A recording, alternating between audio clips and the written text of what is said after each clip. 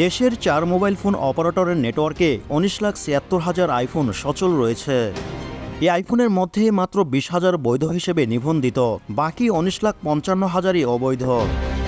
অবৈধ এসব ফোন বিআরটিসির নক অটোমেশন অ্যান্ড এমইআই ডাটাবেজ সিস্টেমে দেশে বৈধ আমদানিকারক হতে বা বৈধ পথে আসা নিবন্ধিত নয়। গ্রাহক সংখ্যায় দেশের সবচেয়ে বড় মোবাইল ফোন অপারেটর গ্রামীণ ফোনে চলছে 10 লাখ আইফোন। রবিতে এ সংখ্যা 6,46,000, বাংলালিংকে 3,10,000 আর টেলিটকে 20,000 আইফোন সক্রিয় রয়েছে। দেশে বৈধ পথে আইফোন আমদানিকারকদের মধ্যে রয়েছে সেলেক্সটা লিমিটেড। প্রতিষ্ঠানটির সহ প্রতিষ্ঠাতা রিয়াজুল ইসলাম গণমাধ্যমকে বলেন, 60% শুল্ক কর দিয়ে বৈধ পথে আনা একটি আইফোনের সঙ্গে অবৈধ পথে আনা আইফোনের দামের পার্থক্য থাকে 60 থেকে 70,000 টাকা। যেমন অবৈধ পথে আমদানি করা আইফোন 15 প্রো ম্যাক্স 256 জিবির দাম 2,40,000 টাকার আশেপাশে।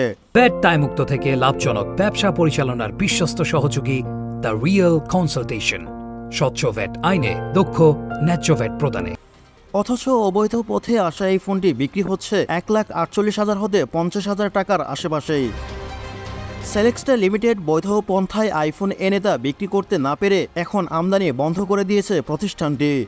এমআইওবি সহসভাপতি ও ইসলাম টু টেকনোলজির সিইও রেজাউল হক গণমাধ্যমকে বলেন, শুধু এক আইফোন দিয়েই সরকার 10,000 কোটি টাকার বেশি রাজস্ব হারাচ্ছে, যা দেশের মোট মোবাইল শিল্প খাতের 1 বছরের টার্নওভারের সমান। সরকারকে এখন এই বিষয়টি গুরুত্ব দিয়ে দেখা উচিত বলে মনে করেন ব্যবসায়ী নেতারা।